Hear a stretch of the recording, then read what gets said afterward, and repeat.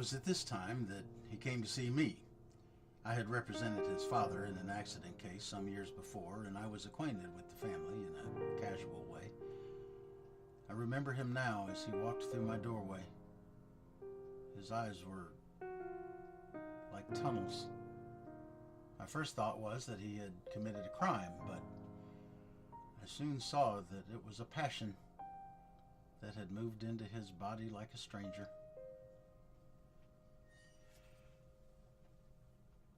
I don't quite understand what I can do for you. Is there a question of law somewhere? That's what I want to ask you. Because there's nothing illegal about a girl falling in love with an immigrant. What about if the only reason is to get his papers? Well, first of all, you don't know that. I see it in his eyes. He's laughing at her and he's laughing at me. Eddie, I'm a lawyer. I can only deal in what's provable. You understand that, don't you? Can you prove that? I know what's in his mind, Mr. Alfieri. Because, Eddie, even if you could prove it... Let me just bring out my thoughts here. A guy comes into this country illegal. Don't stand to reason he's going to take every penny and put it in a sock because they don't know from one day to another, right? All right. He's spending. Records he buys now. Shoes, jackets, you understand me? This guy ain't worried. This guy's here. So it must be that he's got it all laid out in his mind already. He's staying, right? Well, what about it? All right. I'm talking to you confidential, ain't I? Certainly. I mean, this don't go no place but here, because I don't like to say this kind of thing about anybody. Even my wife, I didn't exactly say this. What is it? The guy ain't right, Mr. Alfieri. What do you mean? Did you ever get a look at him? Not that I know of, no. He's a blonde guy. Like platinum. You know what I mean? No. I mean, if you close the papers fast, you could blow him over. Now look, Eddie. I mean, it's eating me out, Mr. Alfieri, because I struggled for that girl. Eddie, I have children of my own. I understand you, but the law is very specific. The law does not... You mean to tell me there's no law which a guy, which he ain't right, can go to work and marry a girl? Nothing at all. There's only one legal question here. What? Well, the manner in which they entered the country, but I don't think you want to do anything about that, do you? Oh, no, Jesus, no, I wouldn't do nothing about that, I mean. All right, then. Let me talk now, huh? You know, sometimes God mixes up the people. We all love somebody. The wife, the kids. Every man has someone he loves. But sometimes there's too much. There's too much, and it goes where it mustn't. A man works hard, raises a child. Sometimes it's a niece, sometimes even a daughter.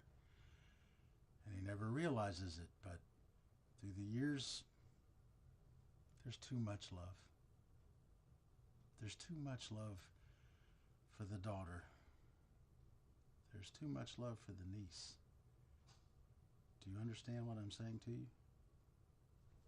What do you mean? I shouldn't look out for her good? Well, yes, but these things have to end, Eddie. That's all. Let her go. Will you do that? Because there is no law, Eddie. Make up your mind to it. The law has no interest in this. Well, all right, thanks. Thanks very much.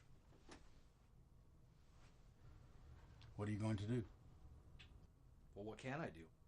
I'm a patsy. What's a patsy gonna do? I mean, I worked like a dog 20 years so a punk could have her, so that's what I done. I mean, in the worst of times. The worst, when there were no ships coming in the harbor, I didn't stand around looking for relief. I hustled. When the piers was empty in Brooklyn, I went to Hoboken, Staten Island, the West Side, Jersey, all over. 'Cause I made a promise. I took out of my own mouth to give to that girl. I took out of my wife's mouth. I walked hungry plenty of days in this city. And now I gotta sit in my own house and look at that son of a bitch punk, which he came from out of nowhere. I give him my house to sleep.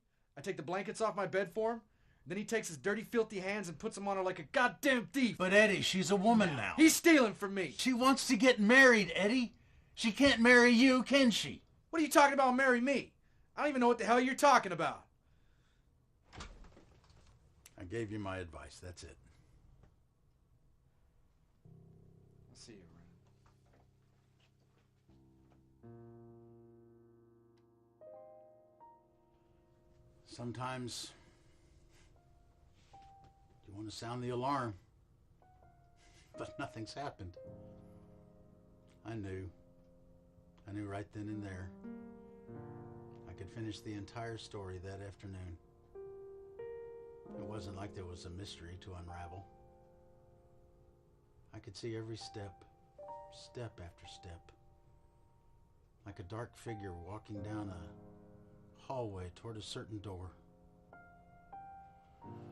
I knew where he was going.